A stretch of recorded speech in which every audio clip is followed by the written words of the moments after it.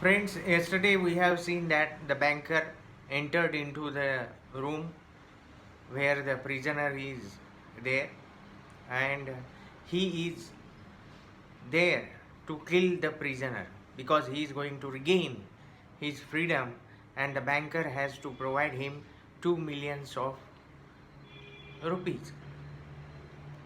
And because of this, the banker entered into the room and there, before killing the prisoner, he is reading the letter which was written by a prisoner to the banker.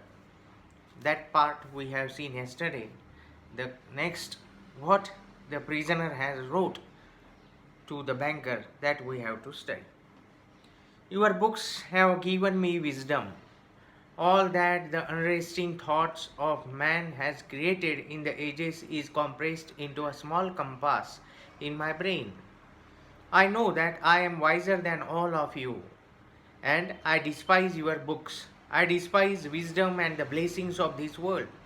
It is all worthless, fleeting, illusory, and deceptive like a mirage.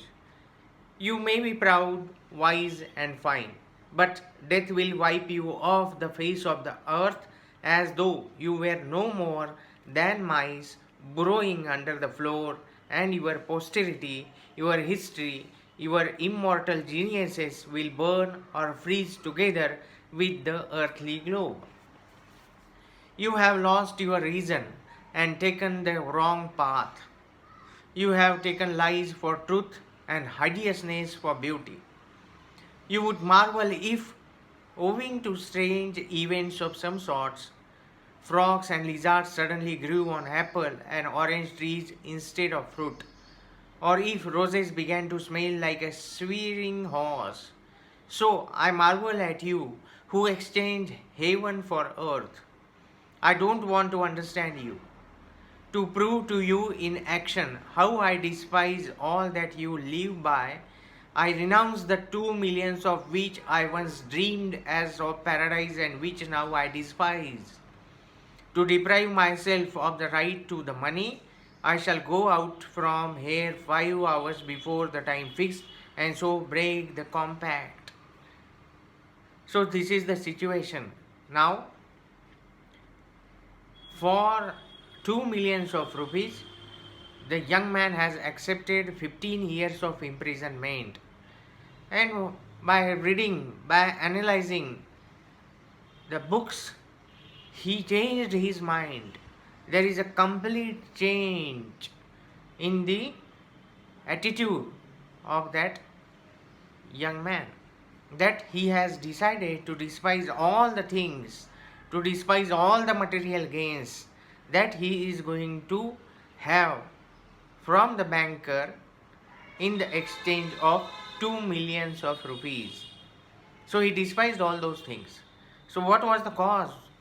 It is only because of the good thoughts that the books which he read, the beautiful thoughts he read, that changed.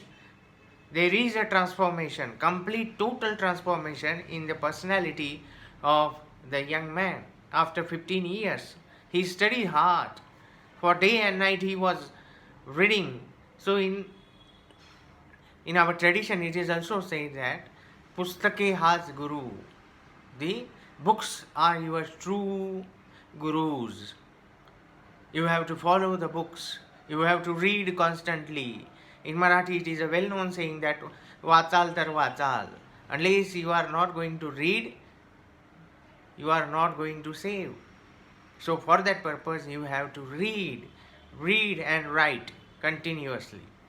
So, for a good listener and as a good student, what you have to do, that you have to read at least a page and write at least a page in a day. त्यामुळे प्रत्येकाने रोज एक पान लिहिलं पाहिजे आणि एक पान वाचलं तरी पाहिजेच, तरच आपण उत्तम गती आपल्याला अभ्यासामध्ये प्राप्त होते. कारण लिहिणे बोलणे ही सुद्धा एक कला आहे, आणि ती कला जर अवगत करून घ्यायची असेल आपल्याला, तर आपण हे रोज एक पानभर वाचलं पाहिजे, नवीन काहीतरी वाचलं पाहिजे आणि ते लिहिलं पाहिजे. ते सुद्धा म्हणूनच पाब्लो नेरुडा हा जो एक कवी आहे, नोबेल प्राईज त्याला मिळालेला आहे, तो सुद्धा आपल्या कवितेमध्ये हेच सांगतो. त्याची कविता आहे, यू स्टार्ट डाईंग स्लोली, आपण हळूहळू मरत जातो. मग ते आपण मरतो कसे? मग पुन्हा पुन्हा द टाईम आपल्याकडे जो आहे तोच ह्या कवितेमध्ये सुद्धा सांगितलं आहे, to the virgins to make much of time. आपल्या वेळेचा सदुपयोग आपण केला पाहिजे. काय वेळ आपल्याकडे उपलब्ध आहे त्या वेळेचा वापर आपण केला पाहिजे. आणि तेच हे सगळेजण आपल्याला, सगळे साहित्यिक, कवी हे सगळे आपल्याला तेच सांगत आहेत की टाईम इज मनी, वेळ आपण हा सत्कारणी लावला पाहिजे आहे. आणि तेच काम आपल्याला इथून पुढच्या कालावधीमध्ये आपल्याला करायचं आहे. म्हणून त्यामुळे पुढे तो असं म्हणतोय की when the banker had read this, he laid the page on the table, kissed the strange man on the head, and went out of the lodge, weeping. At no other time, even when he had lost heavily on the stock exchange, had he felt so great a contempt for himself. When he got home, he lay on his bed, but his tears and emotion kept him from hours from sleeping. हे पत्र ज्यावेळेस त्यांनी वाचलं बँकरने, त्यावेळेस त्याने तो जो तरुण मुलगा आहे त्या तरुण मुलाच्या कपाळावर त्याने चुंबन घेतलं आणि तो त्या ठिकाणाहून रडत रडत रडत आपल्या घराकडे निघालेला आहे, आपल्या बंगल्यामध्ये निघालेला आहे. का बरं असं झालं असेल? हा तर त्या व्यक्तीला मारायसाठी गेला, परंतु त्या व्यक्तीने तर यातला सगळं जे काही त्याला मिळणार होतं ते त्याला परत देऊन टाकलेलं आहे. आणि असाही विचार व्यक्त केलेला आहे त्या कैद्याने की आपली शर्यत तू मला 2 करोड रुपये देऊ नये याच्यासाठी म्हणून मी काय करतो, तर 4 तास आधीच या कैदेमधनं मी निघून जातो, म्हणजे तुला तो सगळा जो ब्लेम आहे तो माझ्यावर टाकता येईल की हाच व्यक्ती इथे पळून गेलेला आहे. म्हणजे इतकं मोठं औदार्य, मनाची उदारता या प्रिझनरच्या, या कैद्याच्या मनामध्ये उत्पन्न झाली. ते फक्त त्याने जे चांगलं साहित्य वाचलं, पुस्तकांच्या संपर्कामध्ये तो गेला, अनेक नवनवीन विचार त्याने वाचले, त्यातून त्याला माणसांची ओळख निर्माण झाली, काय चांगलं आहे काय वाईट आहे याची पारख त्याला निर्माण झाली. आणि म्हणून त्याने हे सगळे विचार व्यक्त केले. आणि शेवटी बँकर जो कधीही रडला नव्हता, इतकं दुःख त्याला कधीही झालेलं नव्हतं, तितकं दुःख आज त्याला झालं. आणि म्हणून तो आपल्या रूममध्ये ज्यावेळेस जातो त्यावेळेस किती वेळ तरी त्याला झोपसुद्धा आली नव्हती रात्री.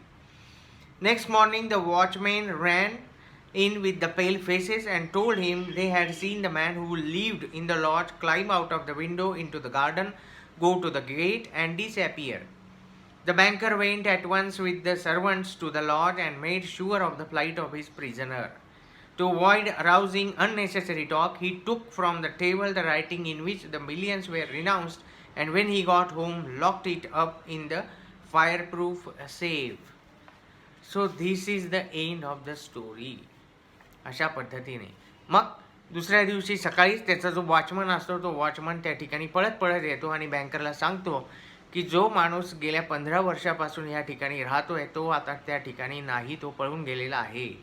तो सकाळीच त्या भिंतीवरनं पलीकडे उडी टाकून पळून गेलेला आहे. ते ऐकताच हा बँकरसुद्धा त्या ठिकाणी पळत पळत जातो आणि पाहतो तर तो त्या ठिकाणी नाही आहे, परंतु त्याने जे पत्र लिहिलेलं होतं ते पत्र मात्र त्याच्या टेबलावर होतं. बँकरने ते पत्र घेतलं आणि आपलं जे कपाट आहे त्या कपाटामध्ये आणून त्याने व्यवस्थित ठेवलेलं आहे.